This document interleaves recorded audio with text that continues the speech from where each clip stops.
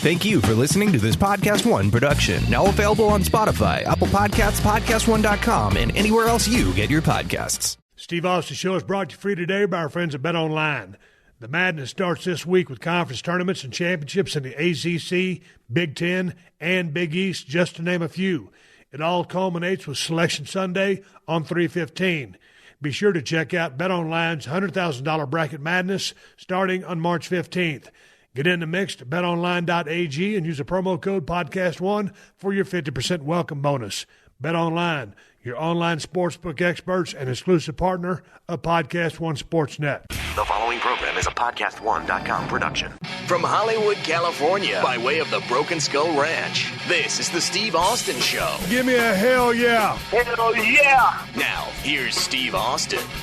All right, everybody, welcome to Steve Austin Show. I am coming to you from the great state of Nevada. I'm over here at the Broken Skull Ranch 2.0, where we have been for almost a week. And in a couple of days, we will jump on an airplane and head back to the mean streets of Los Angeles, California, to get back right in the middle of all the ambulances, sirens, helicopters, ambulances, traffic, all the headaches and hassles that go with living in L.A. But L.A. has been good to me. I cannot complain. I just do not enjoy the traffic. Coming out here to Nevada has been very peaceful. Got a chance to go ride my buggies. Put some miles on my Kawasaki KRX 1000. That is a badass machine. Been spending some time in my 1974 Camaro with Travis Pruis of CTP Concepts on Instagram. We're about to install a suspension kit from Hotchkiss Suspensions and upgrade the handling on that. New steering box and some other stuff going on there. Going to swap out the exhaust, look at some paint and interior options, and do some work on that car finally.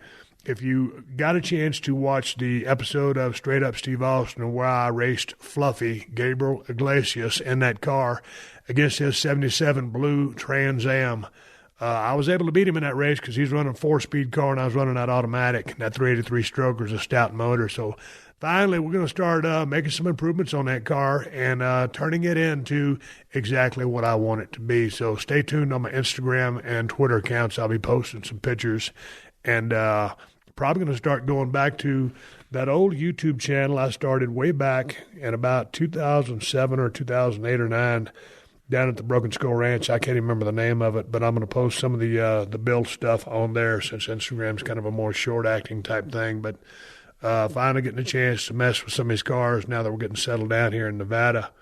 That being said, I digress. Let me talk about my guest today here on the podcast. I've got an old friend of mine that I've known for, at least 15, 16, 17 years, Mike O'Hearn. He's been on the cover of more magazines and romance novels and all kinds of stuff than pretty much any human being on planet Earth. One of the best physiques all across the country, all across the world for that matter. One of the strongest guys you'll ever meet. Trains incredibly hard, takes extremely great care of his body, and is due diligent on all of his nutrition 24/7, 365. He sent out some questions on his Instagram page, and you guys wanted to answer these questions, and I'll throw some answers out there too, but Mike's kind of the authority on the subject. So it's basically two guys shooting the breeze, going back and forth, talking about nutrition, and obviously lifting weights and a little bit about life as well. I always like talking to Mike O'Hearn because he's one of those guys who has got the gift of gab, and he's just no stranger to words. The guy's really easy to carry on a conversation with, and sometimes that's always welcome to get a guest like that who is so knowledgeable. So hopefully you will enjoy this podcast. Going to get some information out of this as far as how Mike trains and how he eats and some of, what your expectations can be, when following the program. And, is it a marathon? Is it a sprint? All kinds of stuff. But I enjoyed talking to Mike, and I'm going to have him on the podcast again. As far as everything else goes, Straight Up Steve Austin show, my show on the USA Network, will start filming here in about 2 or 3 weeks. But, man, in the near future, I'm looking forward to getting on an airplane and flying to Pittsburgh, Pennsylvania to go to Monday Night Raw on March 16th, 3/16, which is officially my day. Now, I didn't declare this holiday, or I didn't declare a national holiday on my behalf. It seems like the WWE Universe has declared 3/16 just to be Steve Austin Day because of the famous promo that I cut way back at King of the Ring in 1996 when I got kicked in the mouth by Mark Marrow, got driven to the hospital in an ambulance. They put 14, 15, 16 stitches in my upper lip, wrestled Jake the Snake in the final, beat him, walked up to a microphone where Doc Hendricks was going to interview me, and I dropped the Austin 3/16 phrase and the 'cause Stone Cold said so phrase. And I hit 2 home runs, 2 grand slams, in fact, at a pay-per-view that I was never even supposed to win from the get-go.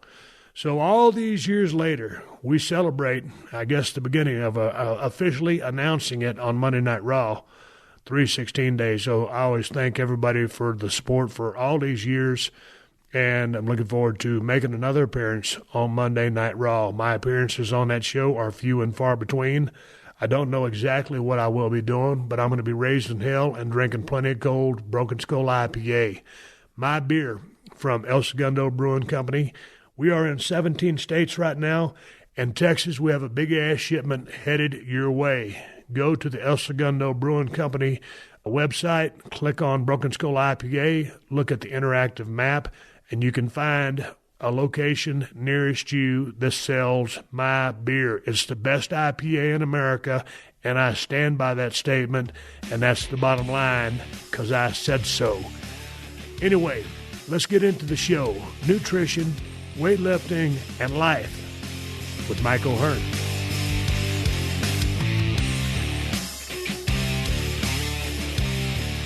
The Titan Mike O'Hearn. Welcome to the Broken Skull Studios. I heard some sirens blaring in the background. I said, oh, man, Mike is in an automobile accident, but it wasn't you. You showed up, your hair's combed, got the 22-inch guns blazing. How are you, my friend? It's been a long time since we've seen each other. Yeah, I'm doing good, man. It's great to see you. Good to see you, too. Hell, right when I think my program is starting to take a little bit of shape and I start to make a few gains in the vein of losing some fat because I'm about to shoot my show, you show up and I feel like I should have wore a long sleeve shirt or I'm doing it wrong. What's up? How do you always stay in shape? I got to say first, I love your periodically my text to me going, what the... because I put up something or I just trained or did something or lifted something and you're like, so wish I'd stone cold slam you right now. So thank you for those. Well, I was just messing around with you. I love it. Hey, man, go ahead. No, I just, I love this stuff, which leads me into a ton of, you got tons of questions. I got tons of questions too, because my fans are your fans. I'd even say more so, my fans are more your fans than they're my fans. No, there's a crossover. I mean, just because, man, I was a professional wrestler for, give or take 14 years. But, I was always a fan of bodybuilding, powerlifting. And, of course, you kind of bridge the gaps with your bodybuilding stuff, all the stuff with American Gladiators, a little bit of mixed martial arts in the background mix. So, yeah, there's a lot of things that we kind of cross-pollinate or just share a common interest, and also our love of dogs. But we're not here to talk about dogs. We're here to talk about nutrition, working out, the balance, and the commitment, because it's a commitment.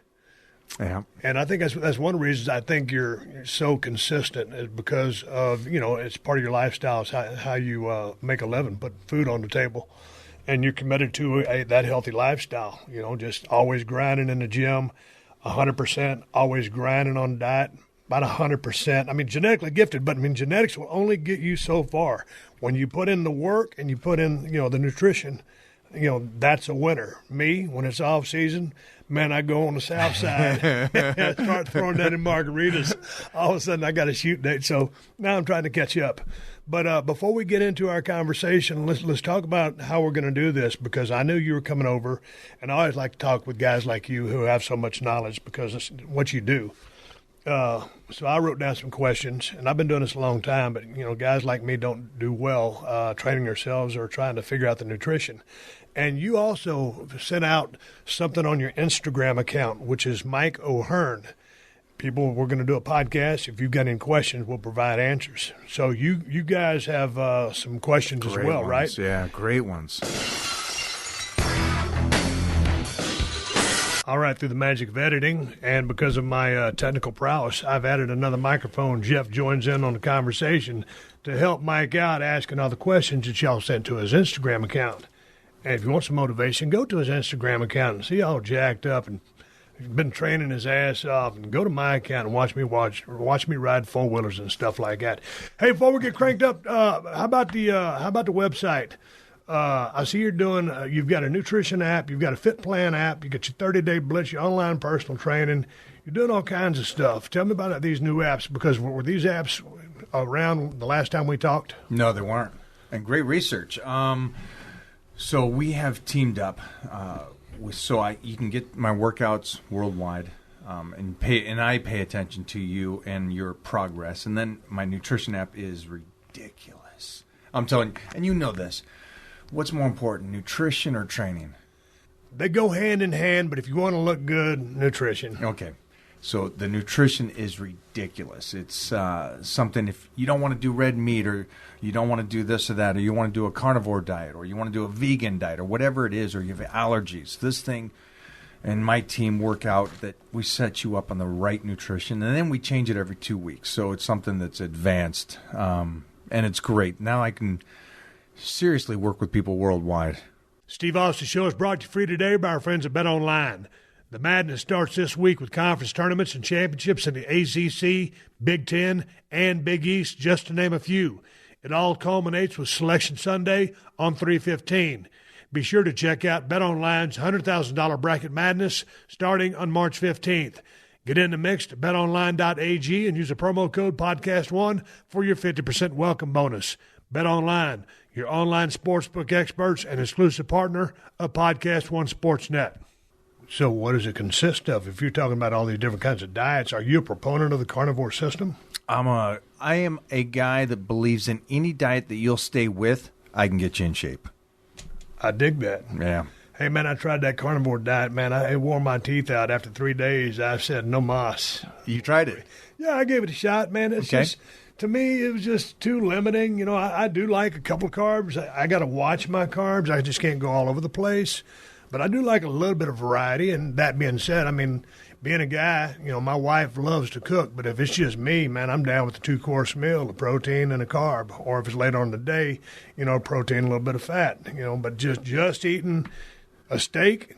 When you'd have told me if I was in Tennessee wrestling when I was in the beginning, hey, Steve, and I was starving, we're going to sign you up to eat steaks every single meal of the day. I'd have said, where'd I sign up? But after doing it, to me, it was too extreme. Have you ever tried it? I have, but I believe in that. I can't speak about this, and this is where the level I am at. I can't speak about any nutrition plan unless I do it and understand it. And so my whole career, I've tried every single diet there is. But I always go back to, and I hate this, but carbohydrates is such a key thing for your body. And I know that people, as they get older, they get more scared and stay away from it. But it's the one thing that's kept me healthy. How many carbs, just in general? It depends on if I'm cutting up for a show or a contest or a guest posing, or am I off season and getting strong. But I'll go from anywhere from 400 grams down to 50 grams, depending on what I am trying to do and accomplish.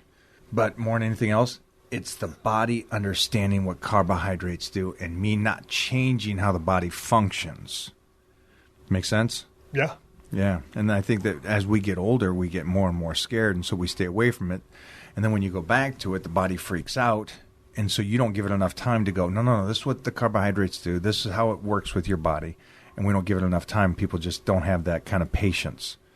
I always, the few times when I tried the carnivore diet, that lasted a couple of days, so I didn't need, much in the way of, trying to get back into my other system. But when I went keto for a little bit, hey, that was highly effective. But all of a sudden, I ain't going to live keto forever. It just ain't, man. All of a sudden you drop them carbs back in, you get some rebound. Boom. So, I think I think it's cool that you said I can't speak to it if I ain't never done it. Because a lot of people just, whatever. I can tell you, I didn't like it. I thought it was okay. I like a steak every now and then, but a steak for every single meal, too much. One thing I do is when I travel and give lectures and I'm with the other doctors and people that are talking about nutrition, then you kind of set it up in a way and you go, okay, so this is what you would do for you at your stage. And this is what I recommend to people. Okay, now what are you going to tell the 15-year-old kid? You're going to tell him to do a carnivore diet? Not one doctor is going to say yes. Not one doctor is going to say do keto. Because there's a point where your body's functioning at such a high rate that it still knows how to utilize all this stuff. And you're also growing. But at some point, we shut that down and go, all right, we're 25, we're 30, we're 35. We got to shut that down instead of just trying to stay consistent and trying to teach it. Hey, before we get into it, I know you have an affiliation, a relationship with Icon Meals. Now, Todd, I also see you online doing some chef work with some of you guys over here and there, making nutritious meals that also taste good. So, where are you at on that? Is the Icon stuff more for you when you're out on the road, or are you eating those things every single day? Because I'm doing my meal prep, and I can see the value and why the Icon stuff would be so good, but are you eating that stuff every day? I do. Icon's 24/7, but we also try to understand that not everybody wants to do pre-made meals and stuff like that. So we also show them the option. And if you saw anything as of late, we got to work with Chef Rush. Did you see that? No. Oh, my gosh. He used to work at the White House. He was a chef, but, man, he's got 22-inch arms and just a beast, a military guy. But we got to cook up some great steaks from Piedmontese, and Mark Bell got me onto those guys, and Mark's a huge carnivore guy. But, no, we try to teach people that you can cook it up at home. You can meal prep. We just we don't run into that time that we have, that meal prep time, because we're traveling. And I'm surprised that you can meal prep, as busy as you are. Well, like if I go out on the road filming my show, man, I'll go to Sunday's barbecue and just get a bunch of chicken breasts, and then I'll just kind of lay back on the carbs. So it's kind of I just make it work for me. Make right decisions. Well, yeah, you can make. Yeah, it's all about. Yeah. Well, the road. I mean, yep. I think the Icon stuff, or if you can bring that stuff or get it shipped to where you're going, yeah, that's probably your ace in the hole. But, man, where there's a will, there's a way. You can look at any kind of menu and make something work. I mean, you can roll through McDonald's if you got to, get you a hamburger and throw everything away but the meat. I mean, don't jump off some fries. It just got too much grease in them. Yeah. You know what I'm saying? 100%. Now, do you want to stay like that? No, but as a means to an end to get you through where you got to go, just make the right decisions. And we travel more than most. Yeah, I'm trying. I don't want to travel too much anymore. I know, but man, there's nobody travels more than wrestling. As much as I've traveled, and I guest pose almost every other weekend and stuff, or lectures and stuff, but that's still not even half the traveling that you did. And so I can't imagine the beatdown. First of all, nutrition wise, and trying to recover while you're wrestling and exercising, and then trying to stay on a healthy plan. That's got to be. Well, back in those years, your body, as you were kind of alluding to earlier, talking about that 15-year-old, what that person's going to eat. Well, don't throw them on carnivore. No, man, back when you're 25, 30, and highly active, going to the gym, being in that tense workout that you get from being in a ring, and just never sitting down, you can get away with a lot.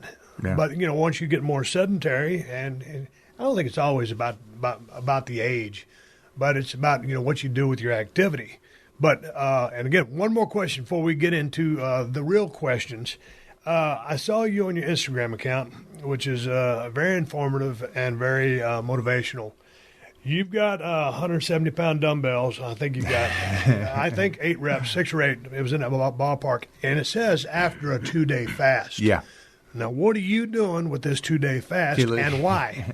All right, so let me go back to the point where I said I cannot speak on anything. And I don't believe. And the reason I don't speak on it is because I don't believe anybody should speak on it if they're not studied in it. There's a difference between studying and reading something and then applying it and making it work, like Bruce Lee. You can read all you want, but the real experience is you living through it. So I'm not going to talk about fasting and what the upside and downside is, or a keto diet or any type of diet unless I've done it. And so that was, honestly, after 2 days of fasting, just to see how I would feel and how strong I could be after 2 days of no food. and to understand what was the chemicals that were firing, what gave me energy, what didn't give me, how did I feel mentally, all those aspects. And so it was straight up. And people ask me, what kind of fast is that? I don't know of any other fast, but water. So it's fasting. Yeah. So it's 2 days, no food. It was actually, it was, I guess, close to 50 hours. It was more like it with no food, and then went in and hit some inclines, and that was the secondary thing, and that was 170 dumbbells for a nice ride of 8 to 10. So at my weakest state. How was your state of mind during the fast? How hungry did you get? It sounds like a dumb question, but I like to hear people explain how they're feeling when you're going through a 2-day fast, when you're used to eating as regimented as you are. Starving for the first portion, then your body will kind of shut down, and then you're content. Mind, now see, everything, and I go back to this again when I say what diet works. Whatever diet you like. You stay consistent on any diet, you're going to get progress. I will say this, there is no perfect diet. But with fasting, the clarity in the mind is just a given. It is so clear. You're so clear. You come up with some incredible things mind-wise.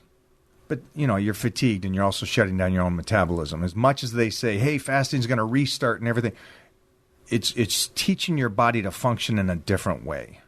And especially for people that talk about it and say, do this all year long. Remember when fasted cardio came in? And then suddenly everybody says fasted cardio all the time. Well, no, that was actually something that was just applied to people getting ready for fitness shows in the last month to get rid of any extra fat they have. But suddenly it's now do it all year. Okay, now you're just teaching again. It's teaching your body how to function. So you're telling me, for me to get in shape, I got to stop eating. Come on now. Is that where we're getting to? But it seems like we are getting to that point. And as we're trying to teach these people how to eat, it's not that we're teaching them anymore. We're actually just arguing against people that are saying the opposite. This is the Steve Austin Show.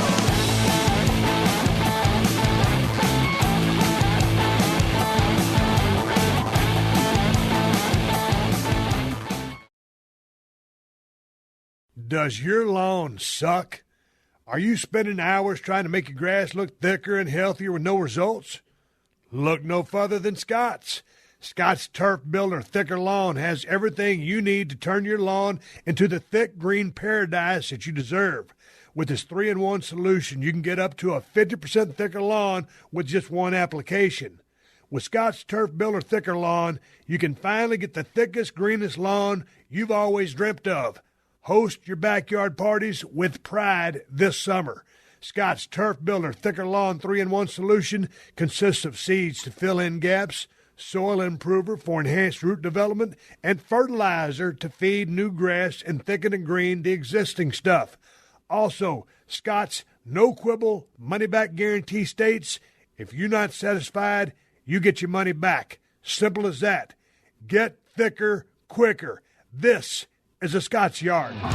The Steve Austin Show. The Steve Austin Show. Okay, so then what about the fasted cardio? Again, during a portion of time during the year, if you've got something big, then utilize it and then go away from it. And again, go away from cardio itself. You shouldn't be all year long. And I keep going back to like what Mona looks like. And we can describe Mona, my girl, is 147 pounds. She had a baby 11 months ago. She was a former Miss Universe, but that was also 10 years ago. And she's already back in shape 3 months after having the baby. Well, why is that? Did she fast? Did she do a lot of cardio? No, we took her in an off season when she had the baby. We raised her calories. We let her body relax. Now that seems odd because today, mostly with social media, all these women want to stay in shape. But they're an incubator for this incredible thing that's coming.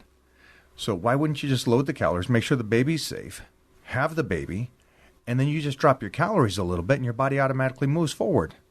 And that's all we did with her. And that's what I try to teach people. And it doesn't mean you have to have a baby to do this. It just means anybody. If we can take time off, if extreme workouts, 3 to 4 months, no cardio, training at 70%, making sure you're taking in carbohydrates so your body understands what it's doing with the carbohydrates. and then raise that level up when you got a TV show or something, then your body automatically changes. And it doesn't matter if you're 30 or 20 or 50.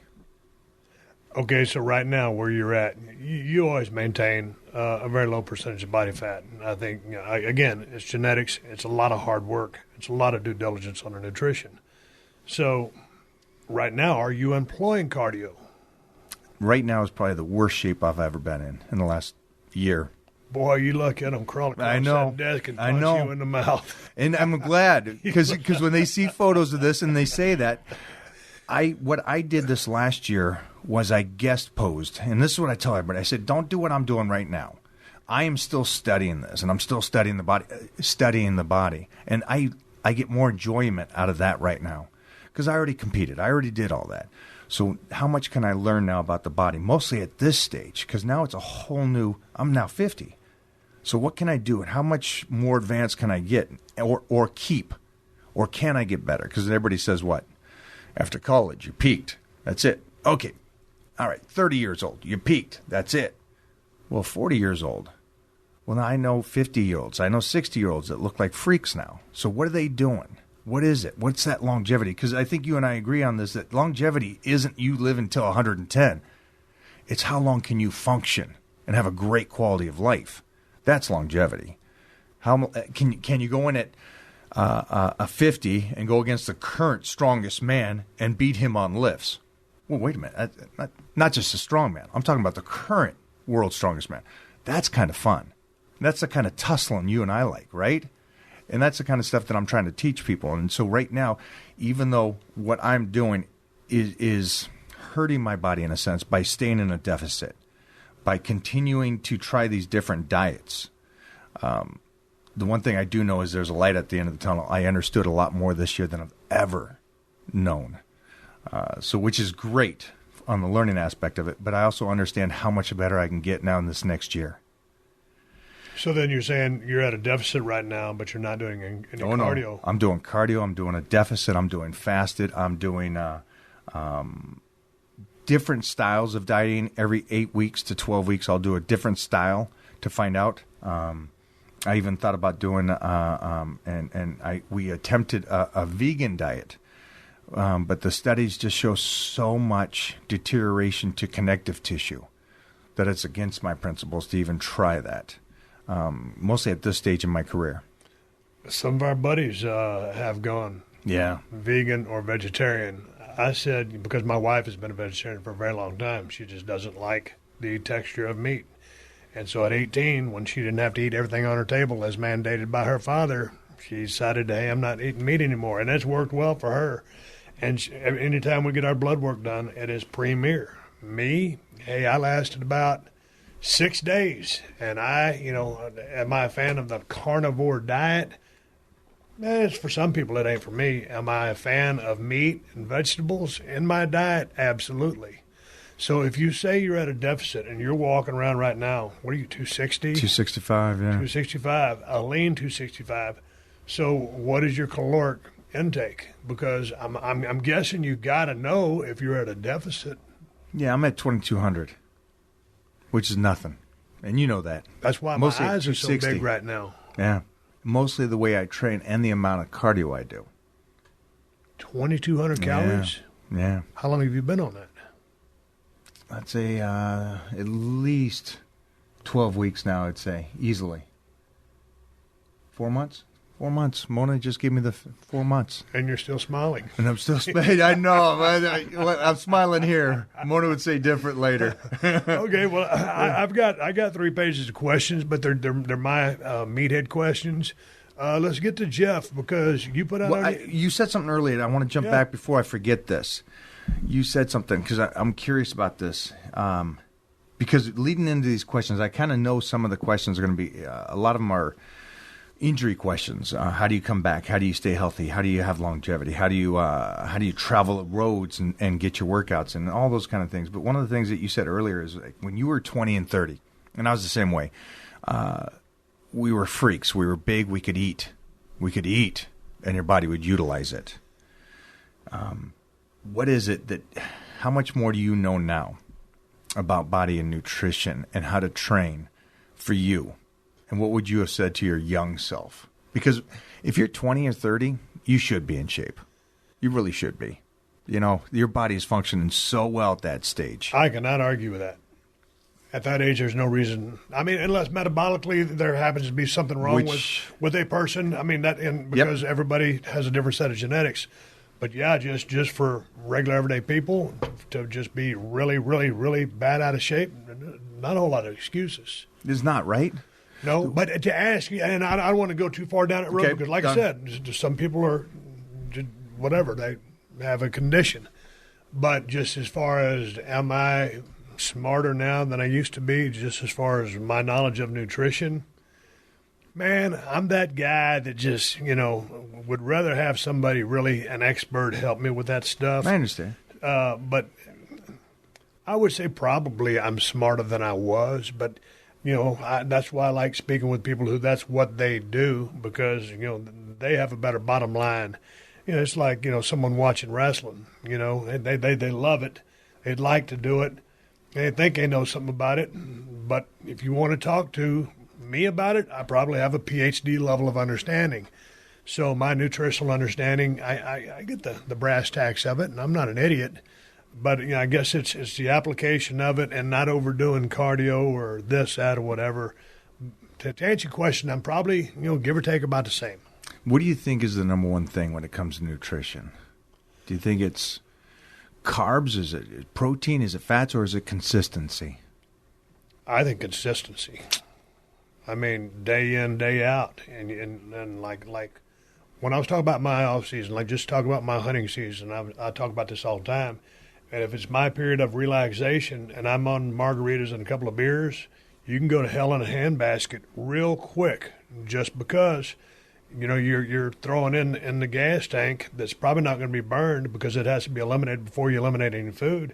Anywhere from 850 to 1,500 extra calories a day of garbage, 7 grams, in alcohol. Yeah.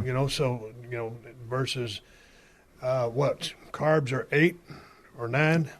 8. 8, and proteins and fats are 4. So 7 grams of nothing, but a whole bunch of them, empty calories. So I'm sorry, fats are 8. Fats. Fats Yeah, are 8. my bad. I'm all tongue-tied over here. Let me ask you this, though. Yeah. Because you just said something, and I don't even think you realize this. You actually just talked about an off-season, which I agree with you that you should have, and everybody should have. And this will be the first time in years that I've been able to do this off-season and actually try to put muscle back on. My girl's demanding this, which is great. But what you did was you took a period of time where you backed down on the training and you raised your calories. Okay, whatever calories they were, okay? But you did do this. You did raise your calories into a surplus, and you did back down the training. So that made your body do what? It actually helped try to speed up your metabolism to utilize the calories that you're putting in, regardless of what they are. Your body just functions that way. You put in more calories, it's going to try to burn those off. Now, you had an excess. Okay, so it is what it is. But how fast, and this is going to teach everybody something huge, how fast did your body change as soon as you went back on the season, dropped the alcohol, and went to start to train again? I'm still working on it. I know, but did your body change within a couple weeks if you stopped your alcohol and went back to training? You feel different, and after 2-3 days, you feel different. You start feeling alive again, and then it takes a while for the composition process to start. And then slowly, yeah. Then the fat kind of starts coming off, but it's a process, and it's not something that just, hey, all of a sudden I quit drinking for a week, so I'm back to 10%. It don't happen like that, but man. It does move in the right direction instantly. It starts moving, yeah. And I'm in the beer business, but if you're trying to be in the in-shape business, you can't drink a 6-pack of beer every single night. You just can't. For that matter, to hell with the alcohol, you can't eat a pecan pie every single night. Whatever you want to name as your poison. Yeah, or go get a bucket of fried chicken. Yeah. You can't eat that every single night. So, But I like the fact. Once you clean up, or once I clean up, things start moving in the right direction. And I don't think people realize that, though. And it's got to be a period of time. It's not going to happen within a day. But in a couple weeks, even me dieting, even if I switch up my nutrition, I don't look different for a couple weeks. And then after a couple weeks, I'm like, oh, wow. Okay. It is now kicking in. And it takes a period of time. But what I love about what you just talked about is that you did at least go on an off season. You did take in calories. You backed down on cardio. That period actually helps heal your body regardless of what you were doing. I'm not saying for people to do this, but it gives them an idea that this whole mentality of social media that I'm a beast 24/7, that's ridiculous. That's ridiculous. I mean, you can't be a beast 24/7, 365. You're going to deteriorate and you're going to burn out. And with my training or my nutrition, whatever it is, and that's why I tell people to do what I say. Try to go in more off-season most of the time, and then pick 12 to 16 weeks that you go, I'm going ballistic and getting in shape. And each time you do that, you're going to get in better shape, regardless of your age. Hiring is a challenge, but there's one place you can go where hiring is simple, fast, and smart.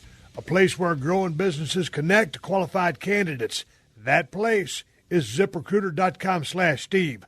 ZipRecruiter sends your job to over 100 of the web's leading job boards, but they don't stop there. With their powerful matching technology, ZipRecruiter scans thousands of resumes to find people with the right experience and invite them to apply to your job. As applications come in, ZipRecruiter analyzes each one and spotlights the top candidates so you never miss a great match. ZipRecruiter is so effective that 4 out of 5 employers who post on ZipRecruiter find a quality candidate through the site within the first day.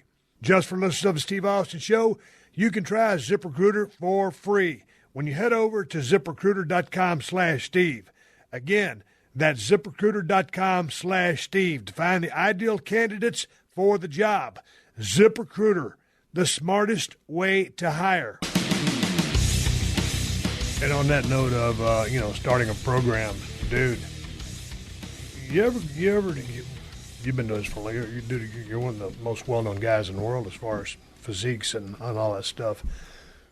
Sometimes you just go have that great workout or you have that great cardio session, and you go rip off your shirt, and that's right into a program, right? And you just think you're going to see results. No, brother. You ain't going to see those results after a workout. You're not going to see them the next day. It's going to be weeks upon weeks upon weeks. And then, that's why that weekly or bi-weekly picture, that selfie in the mirror, you start stringing those together because when I'm looking at me, I'm seeing me, and, boy, that can be real bad. But if I have that picture to look at me to compare what's going on as the weeks start piling up, and that consistency is really no lower than 95% of adherence, that's when I can start see all the pieces start coming together. And then I become motivated because I can see my results are happening and the work that I'm putting in and the things that I'm abstaining from, because I need to, are paying off. So you mean 1 week ain't going to do it? No. See, I love that you said that because not just you, me too. I'm no different than that. And there's a point where I think it was last year I was getting ready for one of the biggest shows to guest pose, and I just wanted to be extra special for that show. I think it was also because it was around my 50th, and so I went extreme. I mean, whatever I would do before to get ripped, I would even go more so. I didn't care if it was 10 more minutes of abs or 10 more minutes of cardio, whatever it was. And I kept doing this, and I got this look on Mona's face every week. And then I get off stage, and she shows me the video, and I go, what the? Because, again, I couldn't even see me. And this is for everybody out there. I hope you guys understand that it's not just the guys that are out of shape. It's the guys that are in shape. We can't see us. And I looked at myself, and I said, why didn't you tell me? I basically just ran myself into the ground, and I looked flat and softer than ever. And so she goes, if I told you this, you would never have believed me. And she showed me the video, and I'm sitting there going, I'm trying to get the very best I can, and I'm going to outwork everybody. And I still look bad because I was thinking that the work was going to do it. And I hope everybody understands what you said is take the pictures, understand that it's going to be a period of time, and really look at those pictures and the whole aspect about the pictures, not just the body weight, because you could be putting on muscle, even though your body weight doesn't change. Scale can lie. It can lie, and your eyes can lie because you look at yourself every single day, and it is such a different world when somebody else takes a picture of you and shows you. I'm working with like Michael Bisbee and these other guys that are just big-time names, and they're, they're at that stage where they want to make sure that body's healthy and good and stuff. And they took pictures and they go, I'm glad you told me to take a picture. Because as bad as I thought I look worse. And we're all professionals. I mean, we're very hard on ourselves. And so for all these guys, and they look at themselves and go, okay, now I'm focused. So that photo will change you. That photo will, what we think we look like relative to what we really look like, it's just two different worlds. Well, and here's the thing also. One of my little hacks is, it's like if you have a pool of water, and in the middle is kind of the deeper part, like a puddle that would be in the road, right? When that puddle starts drying out, it starts creeping from the edges, and then finally when you get that center will end up drying out eventually, but it'll be the last thing to dry. Okay, look at your body. Okay, here's your limbs. When I swing my legs out, I can look at my calves, and I'll say, "Yeah, we were looking at them too." Hey, man, no, there's some veins starting to come through on the insides of my my shins between my bone and that calf, or in my forearms. I'm starting to get that vascularity. Well, in the drum, I'm still almost the exact same as I was, but I know that's coming just because I know the fat's gonna. You can't spot reduce. Right. But it's going to come from the least amount of fat first and then get, finally, after 16, 20, however many weeks it takes, then you'll start carving off those trouble spots. And everybody has one. Yep. Everybody, genetically. You're kind of more spread out, but mine's for all me, in my it's head. My waist. Yeah, but you know what I'm saying? Yeah. So you can't, I look for little things like that. They say, okay, man, just stick with it because there's so many ways you can know. Like you said, you're looking at yourself or me looking at myself and say, God dang, dude, nothing you're doing is working. You're running yourself in the ground. Just be patient, stay the course, take those pictures, and just look for the little bit of improvements. But don't look for nothing every single day. Yeah. And at this point, I always think, okay, how long did it take me to get here? I probably took, and that was a bad thing. I just stopped working out rather than just, work out on top of doing everything. It's okay. Going to take you a while to dig yourself out of the hole. So, dude, I commit, and I just gotta watch, what I do. But I digress. Do you want to do some of these questions? I do, man. We got time for it. Let's go. Let's. I think so much I can talk to you about, though. I mean, that's what I love about it. But well, no, I mean, we can continue shooting a breeze, but however you want to do it. I know you fired off some questions out there on Instagram. We did. Let's have Jeffrey jump in here and ask some of these questions because I think some of these questions are really good. Yeah. So here's a really good one right here. So Steve, after you've had all those, all the success in the ring, the championships, and Mike on stage. Do you guys have any advice on like training and keeping motivated over the years? I think for me, it's knowing that the life that I live is because of the foundation work that I do. If I stay on my nutrition, if I continue to train, if I continue to try to learn about health and fitness, I'll continue the life I've lived and I've loved my life. And that alone gives me the motivation to continue this. Man, my biggest thing is, that old constant cliche that's been around for years, everything in moderation. Because all of a sudden, I get bent out of shape or someone's out of shape or whatever, and they get inspired for whatever reason it may be. And I'll look at all these things that, the magazine is telling them to buy. Hey, I need to go get some creatine. I need a protein powder. I need branched-chain amino acids. I need some fish oil. I need this or that. And they want to go down to the health food store, buy a bunch of stuff, and just jump on a nutritional supplement program. But, hey, man, at a later stage, when you start kind of really dialing in, that might help you. But just start with the basics. And then, okay, you want to start getting in shape. Hey, man, don't just start training 7 days a week with high levels of volume or high intensity cardio every single day. So don't just jump all in. Just be careful and not be careful, but just take the approach that, again, getting in shape or maintaining a physique, that is a marathon, and so you can be in as big a hurry as you want to get there, but really back off, brother or sister. Ease into it. Just keep committing. Stay consistent. Take pictures. Keep a journal.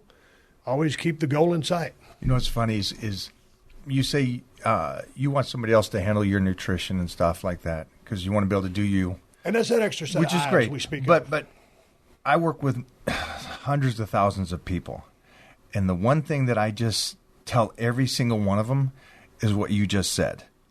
And you already know that, which is interesting because all these people believe that I already know, I already compete, but I'm going to have you take me to the next level. And then I give them a nutrition plan. They go, okay, so what vitamins do you want me on? How much cardio do you want me on? Whoa. Well, just like what you said, let the nutrition that I just gave you do what it needs to do. We'll get on supplements down the road. We'll get on the cardio down the road. Chill. This isn't like, it doesn't work that way. Well, they're all tools, right? They're all tools. And the founding, or like we're talking about, nutrition is first and foremost, and then the training, and then the other techniques that you can employ, but get those things square first. And because you don't want to micromanage everything. Right now, we're not going to dial in all these different little trace elements or pieces of nutrition that are just, for the most part, hogwash. Let's focus on your basic eating, your food groups. Get that lined up. Okay, let's start you off 3 or 4 days a week. Basic compound movements. Let's stay there for 6 months, see what's up. Why is everybody in such a rush? Or why do they think that if you jump in at 100%, you'll get in shape quicker? Why is that? Well, I think in many ways it's human nature, and it's kind of like instant gratification. I mean, or somebody wants to see results. I mean, like I said, when it comes time for me to try to spin up and get back in shape, I'm looking for, I need to start fast. I need to get in shape fast because, but that's me, and I love the life I live works for me. I'm part entertainer. I'm part pro athlete still in my mind. But I like to live both worlds, yeah. So I do. But there's a balancing act, and I've learned to do that. What you got, Jeff? So speaking about that balancing, what are some things you guys are doing outside of the training for recovery and maintaining, after all the years of training and, beating yourself down? What are you guys doing outside? I have and started a lot more massages at this stage. I at least get 2 massages a week. I also keep the pool. If I'm not swimming with my boy, I keep the pool cold, and I'll come home from the gym and I'll jump in the pool with it cold and just sitting there to get that inflammation down from the training. Besides those 2 things, I'm still not doing a lot of other things except making sure I get my sleep as much as I can, which is such a key point. And then just I'm so anal when it comes to nutrition. I was going to ask you how much sleep you got. I'll get 7 a night, and I'll get at least an hour nap at some point during the day. Dude, you're notorious for being in the gym by 4 a.m., so what time are you going down? I am done by 8 o'clock to the latest. Okay. Yeah. Now, as far as my answer to that question is little to nothing in regards to anything special. I don't sleep very well. I wish I slept better than I do, but that's just my nature. It's hard for me to take a nap. I might be able to get about a 15 or 20-minute doze off if I ain't doing nothing. As far as I was doing some DDP yoga from a buddy Diamond Dallas Page, but as type A as I am, I could do more in the way of that. I've been checking into some saunas and some of that cold stuff, or some like ice baths type thing. But I'm so type A or ADD. I just want to do my thing, and if I get some sleep, I'm good. It's funny you with Diamond Dallas on the yoga, because I was thinking about, and I've said this to my girl, that we should try to get into some more yoga. Dude, I'm so bound up just from all the scar tissue and the injuries, and because I never have been a big proponent of stretching, that as we get older, I think that kind of stuff that Dallas has been teaching and preaching and changing lives of hundreds of thousands of people as well are high on the list. So I will delve back into that. I'll go with you. That'll be the next YouTube video. I was going. It'll be a comedy. Oh my gosh, with Diamond Dallas too. That's awesome. I was with Diamond over at WCW when Battle Dome and WCW teamed up, so that was fun. I got to meet him and hang with him for a bit. Dallas is he's an absolute nut, but he's one of my best friends, and I love him to death. And I know that if I ever needed anything, he would be there for me. Yeah, but he's an absolute nut. But he's changed literally the lives of hundreds of thousands of people. Get us with another question, Jeff. How is your gym mindset carried over into other aspects of your guys' life, like work, relationships, or just other disciplines? How so? How would you answer that, Mike? That's interesting because I know for when it comes to the gym, it's that consistency and that I love to go in as a different person. That's my fight. That's my born gladiator mentality. I love to go into battle, and whoever I'm training with, I need to beat or out rep or just go ballistic. And how I guess that translates outside of it is it keeps me consistent on understanding that regardless of the business, I just got to stay true to it and stay pushing. Something that you've been successful in is the movies and stuff like that, and I keep pushing for those. And they don't. We keep getting these one spots, and then it goes dry for a while, and then a one spot, and so it just keeps me pushing forward to keep going. Well, yeah, I did some low budget movies when I first came to town, but when I started doing some hosting and some reality type stuff, that's kind of the stuff that I'm more doing. But as far as how it affects the rest of my life, or the only way I can say is, or any of my strategies in the gym don't really apply to anything else in life other than the fact that, man, when I'm working out, it's like I took that time off for hunting season, just kind of let everything go. That's all fine and dandy for a little bit, but, man, I don't feel as good physically or mentally as I do when I am consistently training. And sometimes it takes you a little while to get that rust off, and you start going and you first get back in the gym. I don't know if this has ever happened to you because you probably have never been out of the gym, but it's like nothing's really happening. Nothing's really firing. You kind of lose that pump, as we would say in the gym. And it's like, okay, this is another thing, I'm going to have to string these together with being consecutive and being consistent to, okay, things start firing again, and then all of a sudden you get back on a roll. And just all of a sudden, kind of that cloud comes off. You're mentally more focused. You're a lot sharper than you were, and you just feel better. So it affects everything about my life. Like, as it applies to anything, I don't know, but it makes me feel better about myself. It makes me feel better to be strong. It makes me feel better in my head to be active and engaged and, being underneath some weight or, just – I'm doing a lot of cleaning jerks and overhead presses. Just instead of walking up to a rack and just taking the bar off, I'm picking stuff up off the ground in my driveway. And when I'm doing that, I feel much better about life in general. It's interesting because you just said something, and you're right. I haven't missed any time in the gym since 9 years old. But you were saying how it's like rusty, nothing's happening. The training and the nutrition I've been doing as I continue, because I've been working on this deal, and it's my own line of supplements finally. But it's for supplements that I need, that I believe in, skincare, joint support, boosted testosterone, pump, not caffeine-based, but just pump. So as I'm getting ready for this, I wanted to be in great shape. But I took a bump off stage back in November, December. And I got up and I continued forward, but I got banged up. But I had to continue forward, except I couldn't take time off to be in a surplus of calories to let the body heal. I had to keep dieting. I had to keep on the cardio. I had to keep doing everything. And it was a good drop. And I got banged. And nobody knew it, not even my girl. And I continued forward. And the body shut down completely. I couldn't get any leaner. Body was blowing up. Body wasn't utilizing anything calorie-wise. And I'm sitting there going, sheesh, I want to get in great shape. And then my body's shutting down. And it was such a trauma. It's like a car crash. You get hit. Your body goes through that shock. And so I'm sitting there fighting against it.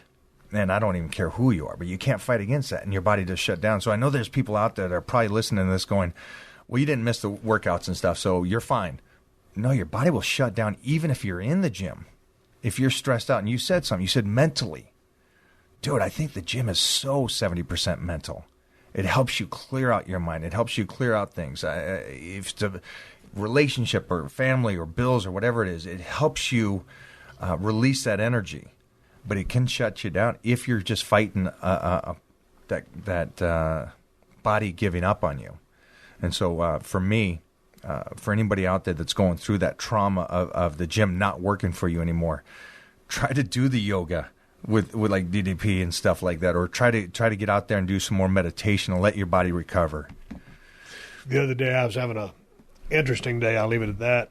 And then my workout kind of got, put out of place. And I was like, about 6:30. It's kind of getting dark around here in L.A. And I was like, God dang, man, it's 6:30. I just kind of want to wind down. But, I'm not going to go to bed till 10, 11, whatever. You know what? I'll pick up that workout tomorrow. And I thought about blowing it off, and I said, no, dude, you've got 30 days to look like you want to look, or taking a day off, is that going to help you or hinder you? Because I'm not in an overtrained state. I said, you're going to get your ass out there, and you're gonna do it. I went out there, rolled my barbell out, and, I started doing some clean and jerks, started going some squats, and ended up with some heavy shrugs. I was like, by the time I finished, about an hour later, that workout boosted me mentally because, I didn't let myself backslide. I held myself accountable. Maybe no one else is going to look at me and say, hey, you missed a workout the other day. But, hey, man, I made a commitment, and I'm living, up to that commitment. So I went out there, and I felt better just by doing that one workout. Not from a general state of mind, but just because that state of mind is kind of just ongoing and long term. That was specific and immediate. I felt better because I got my ass in the gym, in my garage, in my driveway, and did what I said I was going to do. It's such an incredible thing. When people think about weightlifting, they think, stronger or more muscle or this or that. It's so much mental. It helps you out on days like that. It helps you on bad days, or you lose somebody and you go in and you train. All those kind of things. It's amazing what it's therapy. Exercise. I don't mean weightlifting. It is therapy. Oh, same thing, man. I got up this morning, swung out of bed. Dude, do you really need to do this fasted? We're going back to that. One, just, stay in bed, have your coffee, eat breakfast, and then get your workout this afternoon. No, Mike's coming over. I'm going to get all my stuff out of the way. So I got over here, got my hour in, and it was like, boom. I'm on it.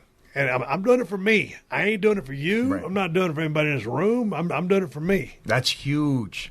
That point alone, though, for anybody that's listening to this, if 100%, if you're doing it for somebody else, if you're doing it so I look good for girls, or you're doing it for an ex-girl, ain't going to stay with you.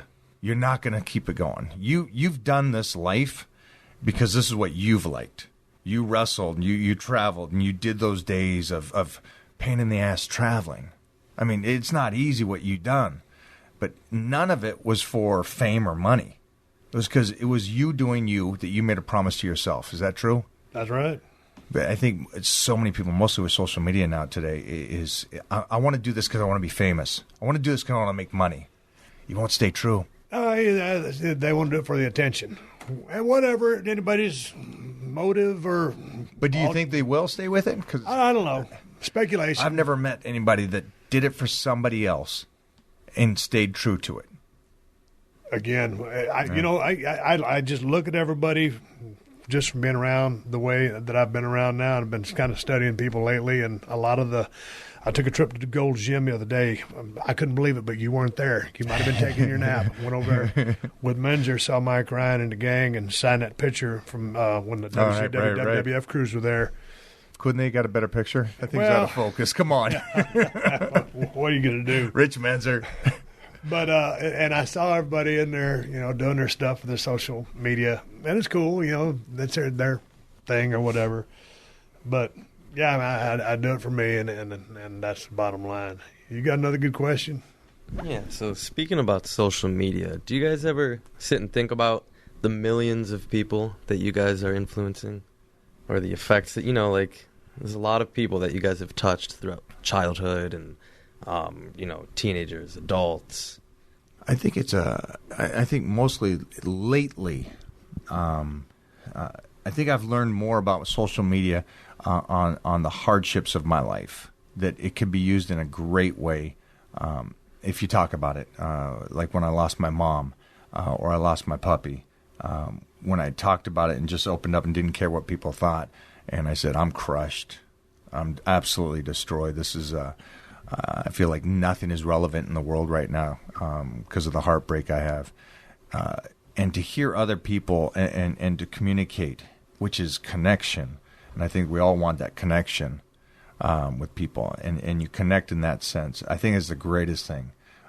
More than the health and fitness or the nutrition or somebody changing in that sense. But when I have talked to people and they said, you made a difference in my life today because of how you felt, and I relate that way. I think those are some of the craziest and most beautiful things social media can add value to life. Yeah, I kind of do more Instagram now than Twitter. I try to stay active on either one, but man, my stuff is just kind of, it's a hobby, and I'm passionate about, my beer. I love to ride my side-by-sides. I like to work out. And I guess my Instagram page would be a place of a positive mindset. I'm not telling everybody, hey, go have a great day every day, or, that verbally. I'm pretty happy. I'm a glass half full guy. If I wake up, that day is there for me to make the most of or get something out of it. You're not gonna you're not gonna get everything out of every day, but you ought to get something out of every day. And some days are gonna be better than others. I'm not that glass half empty guy, so I'm not necessarily trying. People call them influencers, whatever. My Instagram is a hobby. It's an extension of me. If the people want to enjoy it, they can. And if not, I don't want to harp on the negative things in life. I don't want to talk politics. I don't want to talk religion. I got something, because I look at you and you've made a success after wrestling. Why is it that there's so few you connected, or something about you connected with society, and people love you? And it's from my point of view is you're just so real. Who you were as a wrestler is just a fun-loving guy that likes to go out and drink beer and have fun. Yeah. And that's kind of who you really are, where there's a lot of people that are putting on a facade. What is it about that, or can you even answer that, about why is it that people just love you? Man, I and don't know it continued, about that. Man, because they do. Come on now. I've got my detractors. Yeah, I'm no angel, but I'm just... But that's real, though. Not everybody's an angel. Not everybody's, Yeah. No, I don't know. I just, I'm a big believer in the golden rule. I want to treat others the way I want to be treated. And so, if I run across you, or if we meet or whatever, I'm going to treat you the way I'd want you to treat me. But see, I go off of how Mona is, my girl, and she's very strong, independent woman. Came here, couldn't speak the language, makes herself a multimillionaire. And so for her, it's Americans, the dream that everybody can do. But she's very strong, and she doesn't associate with a lot of people. Her circle's very small, and you're one of those few people that she looks at and goes, "That's a good person. That's someone I'd love to hang out with and be around. That's a good man." So that's just props. It's interesting you say that about Mona, because through my past 10 years of my life, I don't want to say as positive as I am, because I want to come across like I'm just some happy-go-lucky guy that just goes around with a big smile on his face. I got my ups and downs too. But man, sometimes I'd hang around with some people that didn't bring out the best in me, or weren't really positives, and so I got away from those people. And I think you are kind of, you can definitely be, or most likely are, a reflection of who you hang around with. It's funny. We all those silly things that we heard as kids. Be consistent. You are who you hang with. wake up and try to make the best out of the day. Those are true statements. Well, right. If you hang around with a bunch of people that are doing a bunch of bad things, you're probably doing a bunch of bad things. But if you're out there, hanging with people that are doing positive things and things that are, down the right road, your chances are that you're probably going to be, successful or at least happy. And if those people are dog people, then I'm just kidding. Hey man, half of my Instagram page is my Instagram page is just so random because that's just kind of the way I am. But half my pictures of me on my Kawasaki stuff, or the other half is my dogs, and my dogs sleep in the same bed with me and my wife. And a lot of people that are into dogs say, "Hey man, we draw the line." Ain't no line drawn over there, man. Those dogs go with us every place we go. So, yeah, half my content is my two dogs. You don't know what I love that about that. It's the same way, man. You come into our house and it's, hey, whoa, your dogs are getting all high. Yeah, that's all right. It's their house, not yours. Yeah, dude, I'll get people come over all the time, and that's why I had this place. This is out of my. This is a separate place from the house that I live in. And like, hey, man, I'll ask people, are you cool with dogs? And then, 95% of the people are. That doesn't mean they're dog people. They're just cool with dogs. You know what I'm saying about dog people? Yeah. Dog people are different level. Yeah. And then there are those people like, you got to put the dogs up. Guys were installing my treadmill the other day, and one guy was just frightened to death of dogs. So I put Callie, my terrorized and black lab, I locked her out.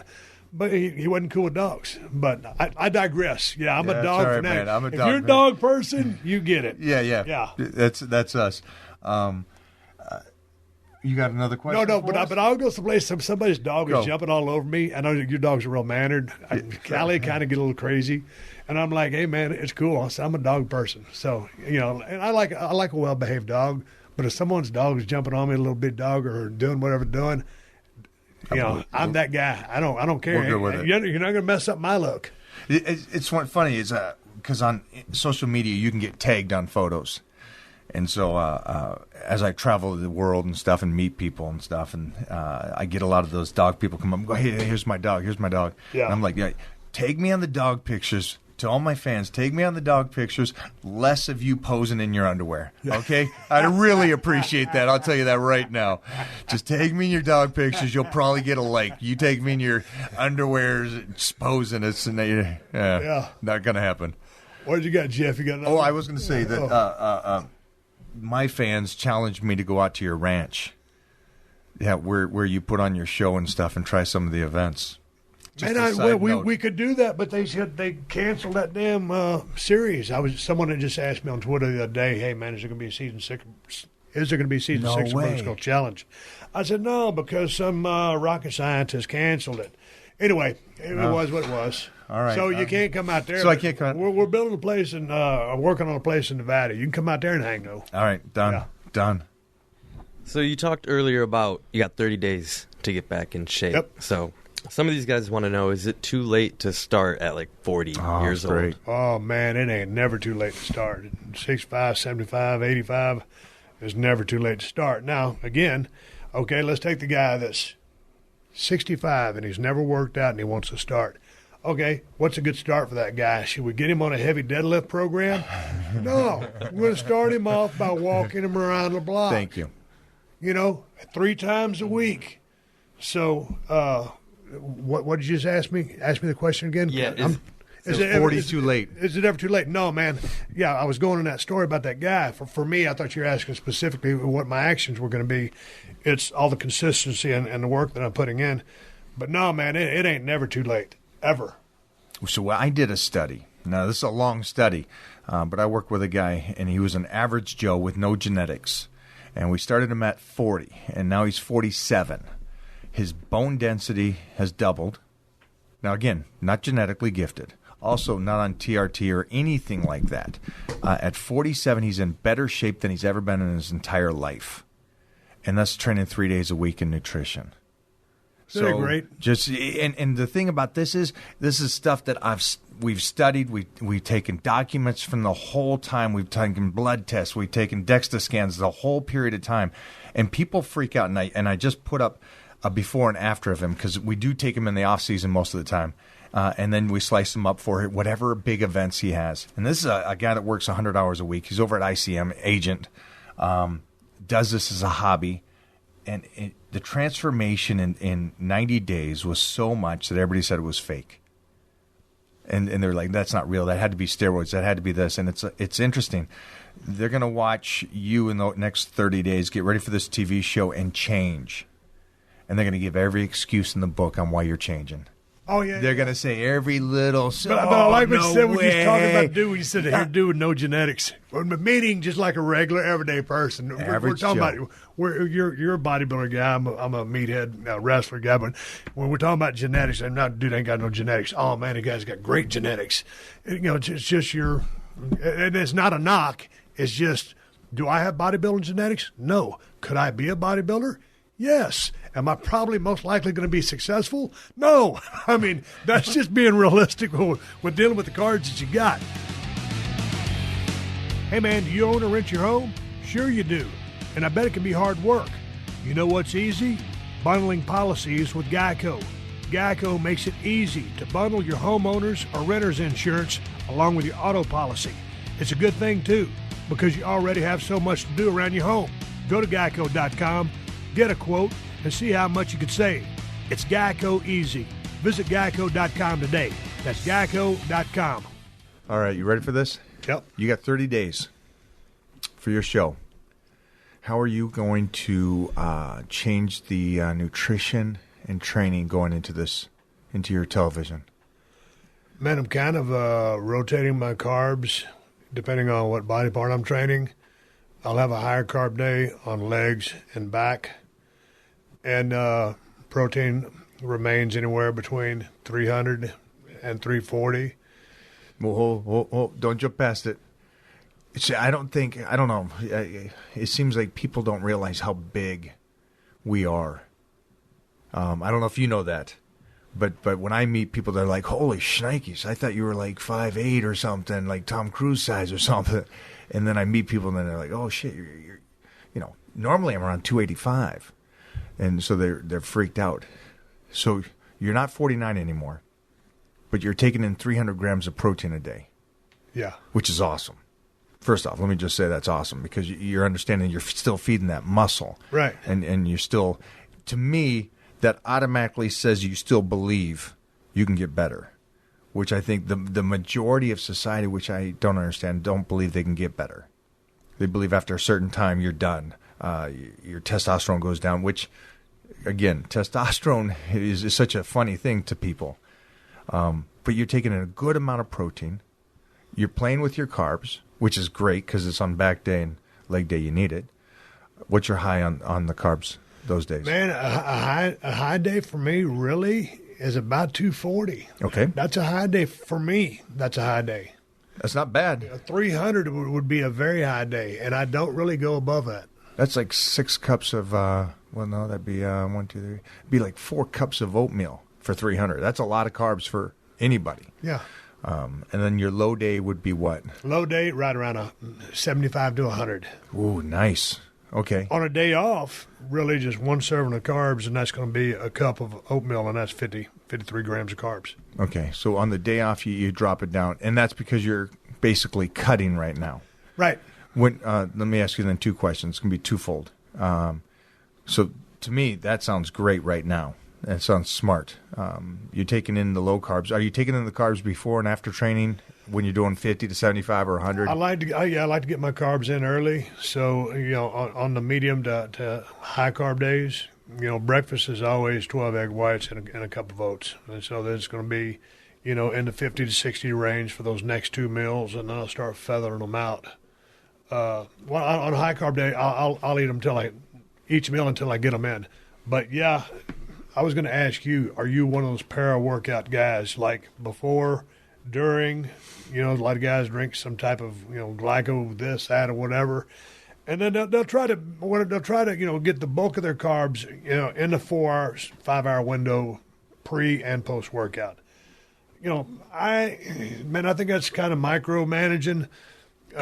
Agreed. If I get them in, I get them in. Whether I jump them all in, I'd rather. To me, in my head, I'm thinking, okay, man, if I'm eating a cup of if I'm eating a cup and a half of oatmeal, this is before you cook it, man, that's a bunch of damn carbs, just in one lump sum. So I kind of like to just spread things out. That seems to be where everything works for me. So that's what I do. I agree with you. Mostly because today we're getting carried away, the whole fasted cardio thing. And that's a metaphor for all of this health and fitness stuff from these so-called experts. And now this latest one, and I had to do a video on this. And I rarely talk down about something because I think all nutritional plans will work if you're consistent. But somebody just said a myth about nutrition is it doesn't matter, and again, you're old school like me, it doesn't matter that your 3,000 calories are small meals through the day. It just matters that you get them all in. Well, so I understand this. You're saying you can basically eat 3,000 calories at bedtime and you're fine.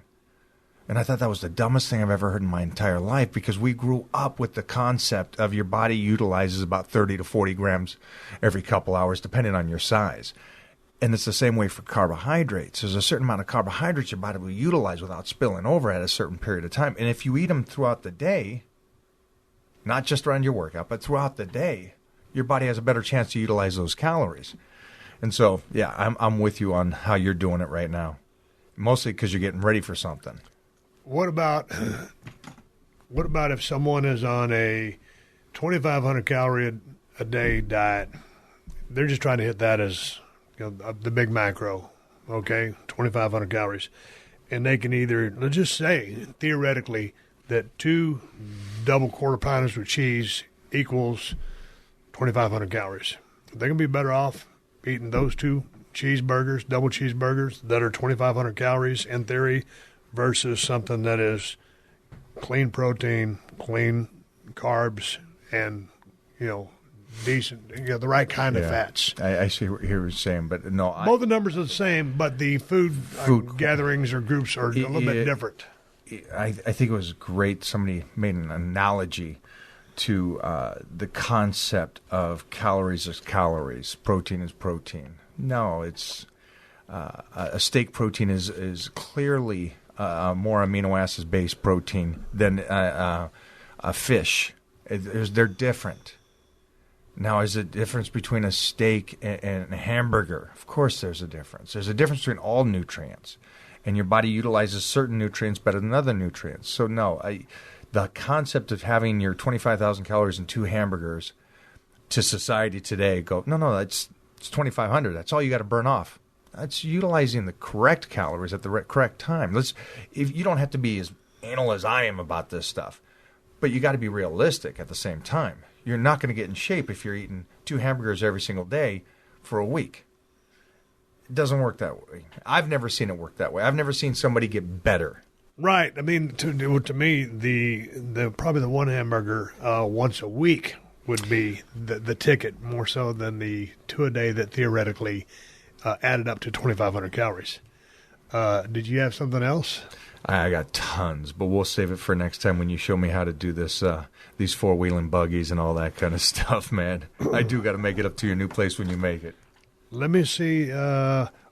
One of the questions I did want to ask you, I don't know if you went into it, I know you got short on time. Nah. But what are your go-to supplements that you must have?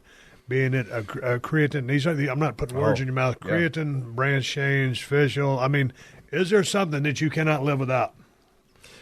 I'll say this. I wish I was better with the D's and the multivitamins as a youngster and not so carried away with the I got to get strong in big vitamins relative to I've discovered in the last year glutamine has saved me. Branch chain amino acids, EAAs, the things that they say are a waste have saved me this last year. Actually saved me. From overtraining, from my continuous trying to prove certain diets work and certain diets don't work. Those kind of things are a must for me. And it's not only me that's doing these tests. I have this whole Titan crew that trains with me, and they do the same diets. And so I get to analyze a 20, a 30, a 40, a 50, a 60-year-old. I also get males and females. And so I'm analyzing all this data as we do this, and it was amazing the combination of the glutamine, the branched chain amino acids, and the EAAs really gave me so much energy, mostly on a low-carb diet. But for anybody and everybody, D's and multivitamins and vitamin C, those basic things that aren't going to make you huge and muscular are going to allow you to stay healthy so you can train more than the other people that aren't staying healthy. And that's one of the biggest things. And so when it comes to my nutrition, the main things I focused on was joint support, skin. Why does everybody forget about skin? Because people don't look at me and say skin. They go, wow, you're ripped and in shape. But the texture of my skin for these years, they bypass that little stuff that still, when you get 50 or 60, you still want that skin to look good. So those are the things I developed. Okay, what about how many protein shakes a day in your mind is doable? Now, it's better to always eat your food. Right. I think we agree on that, right? Correct. Okay, but when in a jam, or if you are traveling in the middle of nowhere or on a shoot, I mean, I'm pretty lenient about this. If I'm working with somebody and they're trying to get in 3 or 4 shakes a day because they're at the office, I will not allow it. You're at the office. Prep your meals. Take them to the office. Eat your meal. Don't be lazy. If you're traveling on the road like we have, and Mona will tell you this, dude, I'm shakes every 2 hours. And she'll take 2 big buckets of shakes. And it's really? Yeah. If we're traveling to Dubai, and it's a 16-hour flight, I'm doing shakes the whole time. So, again, you and I agree. What's the best? Food. Why? Because it's not pre-digested in a sense also. It's going to help speed up your metabolism by doing real food. But shakes is a great replacement. Man, also, when you're sawing through whatever Trader Joe's 96.4 lean hamburger meat or chicken breast after chicken breast or any other lean protein source, sometimes those protein shakes taste like dessert. Oh. I'm not talking about anything with sugar. I'm just saying, dude, throw a couple of blueberries and some raspberries in a blender, and just give me tingles because you made me hungry because I'm fasting today. I'm fasted like yesterday and today. I'm fasting. Yeah, I mean, but yeah, just those shakes. I'm a big believer. I'll always eat. Awesome? Eating is my first option, but I ain't afraid of the protein shake. On cheat days, I'll do Greek yogurt and protein, chocolate protein. And there's some protein. You just open that protein thing up and you smell it and you're like, wow, that's dessert. Don't you want chocolate cake or something? No, this protein drink's fine with the yogurt and there's some berries. Do you have a sweet tooth or any food cravings? I know you're fasted, you're starving, but what is your kryptonite? I'm a foodie. And Mo will tell you this right now. She'll tell you that one is too much, 1,000 is not enough. So when I do have leash off and it's a high day, and I'll explain a high day to you, but when I have a high day, I'll go off. And it's her number one thing that she makes me is a good 2 pounds of fruit with some sorbet and stuff in it. And that's my go-to. Or she does these egg sandwiches that everybody has when they come over for a podcast. Yeah. She does this turkey patty, English muffins, eggs, and bacon, and some cheese. And those things are just to die for first thing in the morning.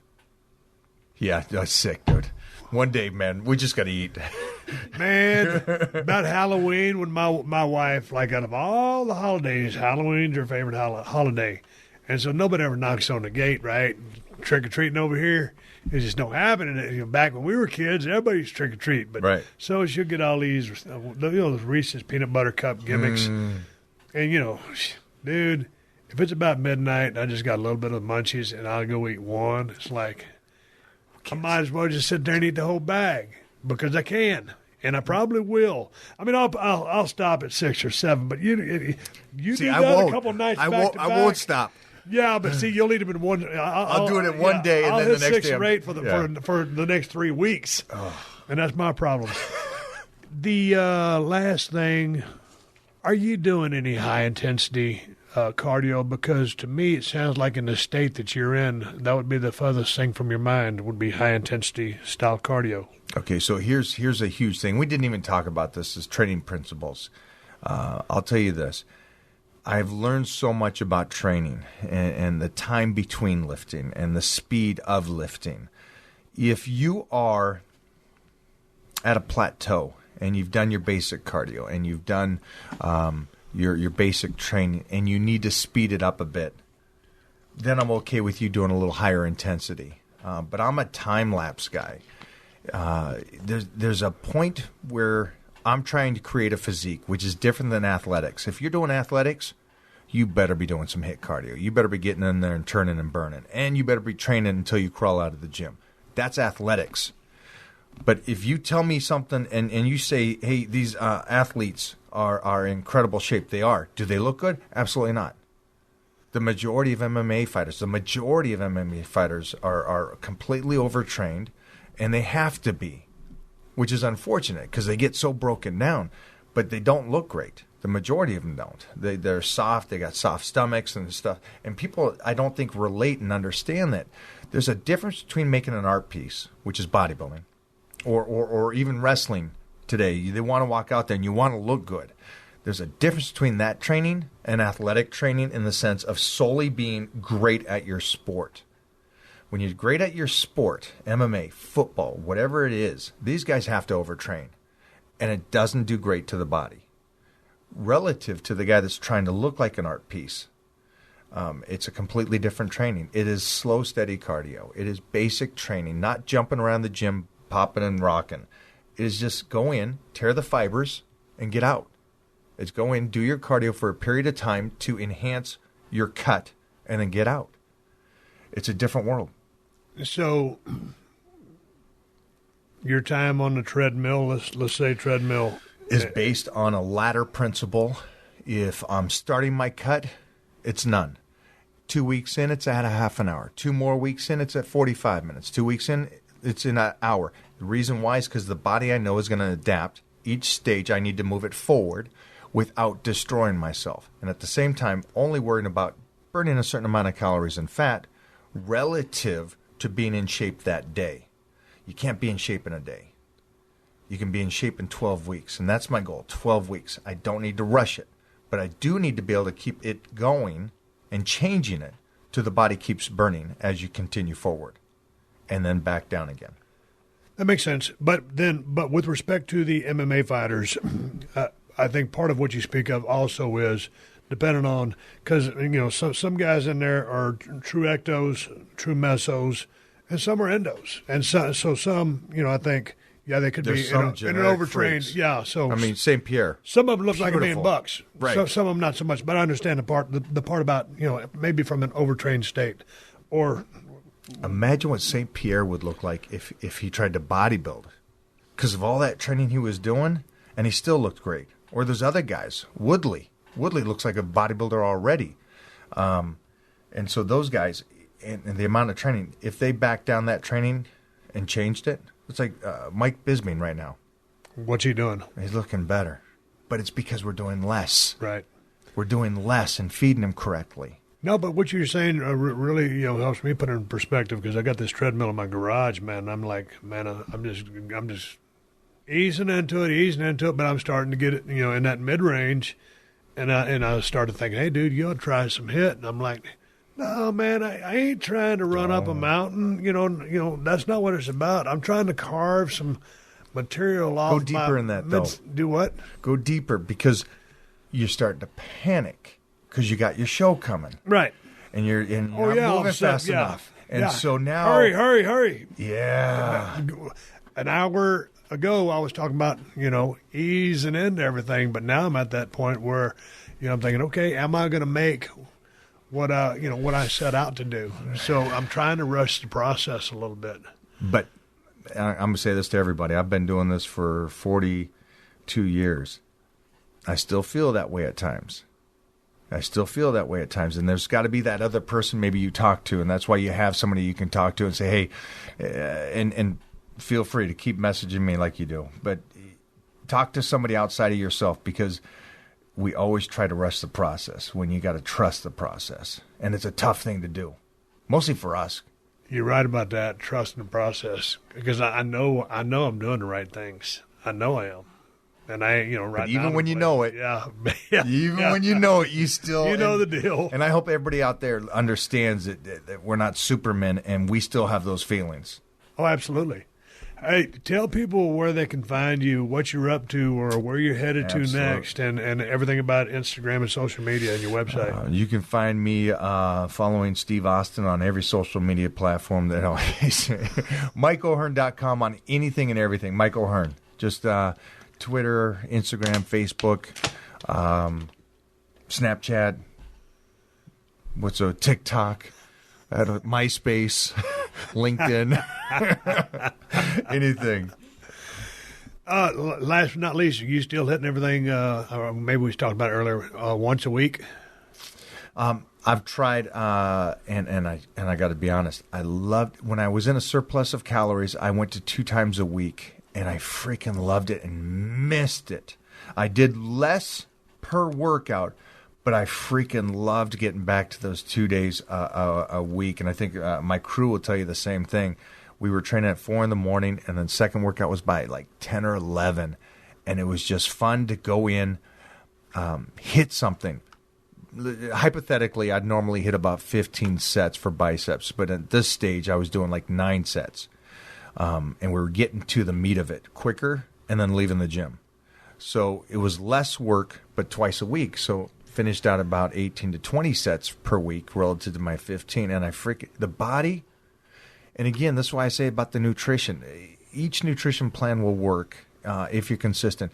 Each training plan will work for a period of time.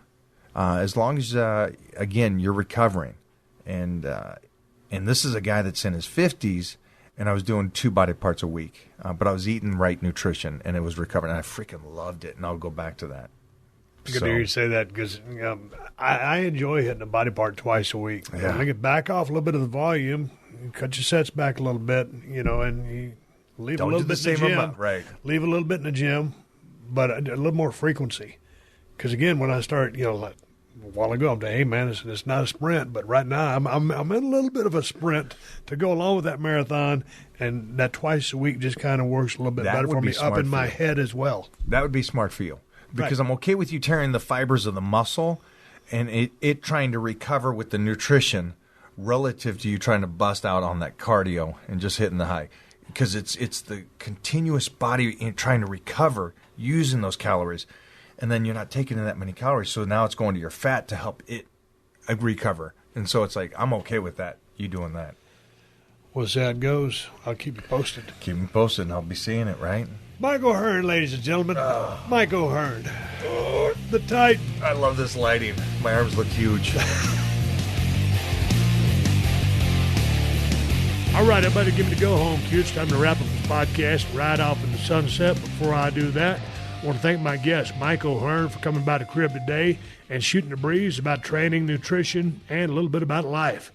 Mike O'Hearn is one of the hardest training guys, most dedicated fitness guys I've ever met in my life.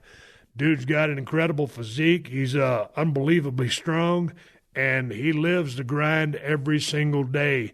Due diligence to his nutrition. It's off the charts. Always in there working out with heavy weights and taking care of his body.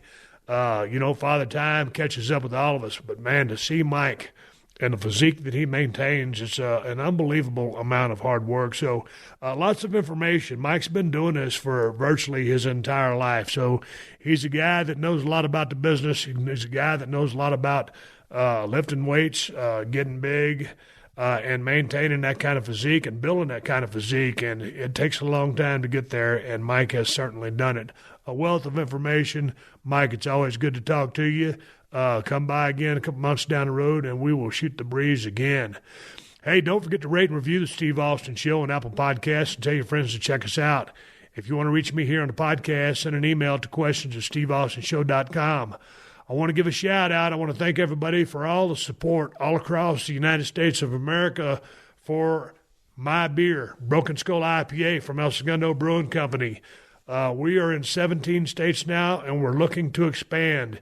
Texas, this is specifically for you. We just shipped a big truck full of beer all the way to Texas. It should be there in a day or two. Go to the elsegundobrewing.com website, click on Broken Skull IPA, look at the interactive map, and you can find the location that is nearest you. As a matter of fact, you can click on that map anywhere in the United States and find out where this beer can be found out closest to your location. If you're in Cali, we're at Whole Foods, Total Wines, and a lot of other stores. And now we are in Northern California as well as Southern California. Broken Skull IPA, the best IPA in America. And yes, I will be drinking a lot of Broken Skull IPA from El Segundo Brewing Company in Pittsburgh, Pennsylvania, when I make my return to Monday Night Raw on Austin 316 Day, March the 16th. Looking forward to going out to Pittsburgh, getting a live mic in my hand, cutting a promo, and drinking a bunch of cold-ass beer. And that's the bottom line because I said so. If you're looking to get a badass pocket knife, I got two of them. Cold steel, broken skull knife. Cold steel, working man knife. Working man knife, a little bit on the more cost-effective platform. That broken skull, that is my favorite knife. That is my go-to knife that I carry every single day of my life. Amazon has the best price on both knives. Just go to amazon.com/shop/Steve Austin. I want to say one more thank you to all the fine sponsors of the Steve Austin Show, especially BetOnline, Geico, Scott's, and ZipRecruiter. That's how I'm able to do this podcast for you twice a week for free. Please support them because they support us. If you need more info, check out the show description to this episode for details. Folks, I'm about to gas up my Kawasaki KRX 1000 and head out and ride for about 2 or 3 hours before I have to get back to Los Angeles and start taking care of business. KRX 1000 from Kawasaki, the ultimate side-by-side machine. Hey, stay tuned to my Instagram and Twitter accounts, Steve Austin BSR. I'm about to start making a few changes to my 1974 Camaro Z28.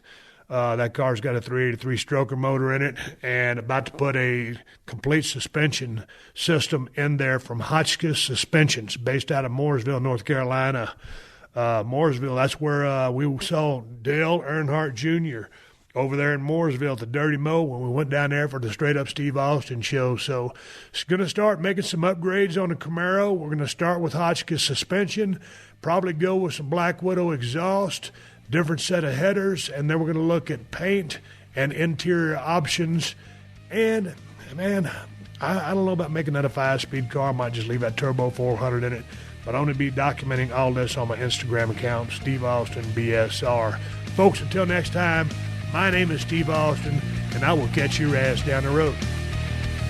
This has been a Podcast One production. Download new episodes of The Steve Austin Show every Tuesday at PodcastOne.com.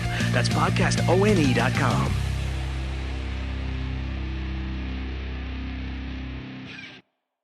From the creators of Cold Case Files and PD Stories comes the next great true crime podcast, I Survived.